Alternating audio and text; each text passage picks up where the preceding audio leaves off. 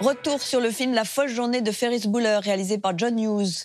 Le film, qui ressort en Blu-ray, nous transporte dans les années 80, dans un lycée de Chicago. On y suit les aventures d'adolescents en pleine rébellion, incarnés notamment par Jennifer Grey et Matthew Broderick. Christophe Carrière nous en dévoile quelques anecdotes.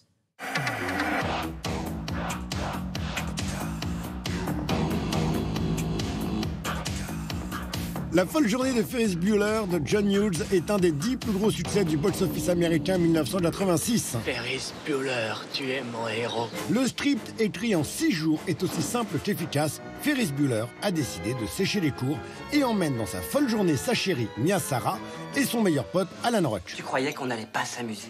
Tu n'as pas honte? Ferris Bueller n'est pas un cancre, c'est un génie que tout le monde adore, sauf son proviseur, Jeffrey Jones, capable de ne pas cligner des yeux pendant longtemps, et sa sœur, Jennifer Grey, juste avant Dirty Dancing, oui. Salut Jenny. Va te faire foutre. Ferris Bueller, c'est Matthew Broderick, tellement à fond dans son rôle qu'il a improvisé quelques blagues, comme là, quand il pousse Mia Sara dans l'eau, ce qui n'était pas du tout prévu, d'où la réaction de surprise très naturelle.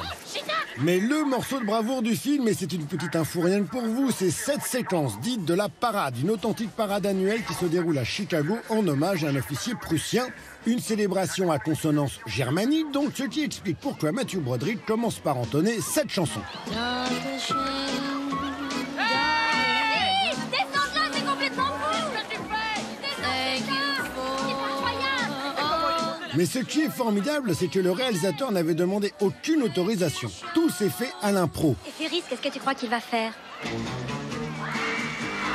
J'en sais rien, mais en tout cas, il commence à me faire chier. Le plus beau, c'est quand Broderick enchaîne avec Twist and Shout, qui, pour le coup, n'a rien de germanique. Mais John Hughes, fan des Beatles, avait demandé à l'acteur d'enchaîner avec ce morceau. Quelques heures avant, il avait fait passer une annonce sur les radios locales promettant aux éditeurs une surprise durant la parade. On remarque d'ailleurs qu'au début, il n'y a pas grand monde. Un peu plus tard, pas moins de 10 000 personnes assistent au mini-concert de Matthew Broderick. Hughes filmera l'euphorie collective comme ses ouvriers ou ce laveur de vitres qui ne sont pas du tout comédiens. Vous bossiez? Eh bien, twistez maintenant.